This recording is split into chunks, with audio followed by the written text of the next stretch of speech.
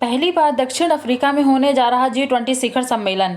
प्रधानमंत्री नरेंद्र मोदी शुक्रवार यानी 21 नवंबर से दक्षिण अफ्रीका की यात्रा पर जा रहे हैं। इस दौरान वह 21 से 23 नवंबर तक जोहान्सबर्ग में होने वाले G20 शिखर सम्मेलन में हिस्सा लेंगे।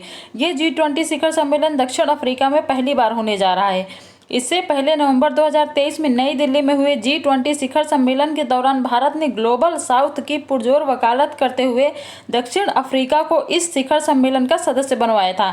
ऐसे में दक्षिण अफ्रीका में पहले G20 शिखर सम्मेलन में पीएम मोदी की दमदार मौजूदगी ग्लोबल साउथ में नया कूटनीतिक इतिहास लिखेगी। इस बार G20 के मुख्य मुद्दे। इस सम्मेलन में G20 नेता निम्नलिखित वैश्विक चुनौतियों पर गंभीर चर्चा करेंगे। सतत विकास लक्ष्यों की दिशा में तेज प्रगति, वैश्विक शासन संस्थाओं में सुधार, जलवायु परिवर्तन और पर्यावरण संबंधी चुनौतियां, कर्ज का संकट विशेष रूप से विकासशील देशों के लिए, डिजिटल विभाजन को कम करना, ऊर्जा परिवर्तन और उभरती हुई तकनीकें। भारत के लिए क्यों महत्वपूर्ण है यह सम्मेलन? दलेला ने कहा कि 2023 में भारत ने बेहद सफल G20 अध्यक्षता की थी। अब दक्षिण अफ्रीका की अध्यक्षता में होने वाले इस सम्मेलन में भारत ये सुनिश्चित करना चाहता है कि हमारे द्वारा शुरू की गई प्राथमिकताएं और पहल आगे भी जारी रहें।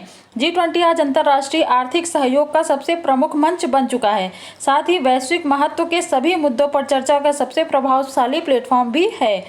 पूरी दुनिया का ध्यान भारत पर। दक्षिण अफ्रीका में होने वाले G20 शिखर सम्मेलन को लेकर पूरी दुनिया का ध्यान भारत के कूटनीतिक चक्र पर टिका है। चीन और अमेरिका के हाथ से ग्लोबल साउथ छूट चुका है। ऐसे में भारत की ग्लोबल साउथ कूटनीति ने चीन और अमेरिका दोनों को चिंतित कर दिया है। भारतीय विदेश सचिव ने कहा कि जिन मुद्दों को उठाया जाएगा वे सभी मुद्दे आज पूरी दुनिया को प्रभावित कर रहे हैं। इनका समाधान केवल अंतर्राष्ट्रीय समन्वय और सहयोग से ही संभव है।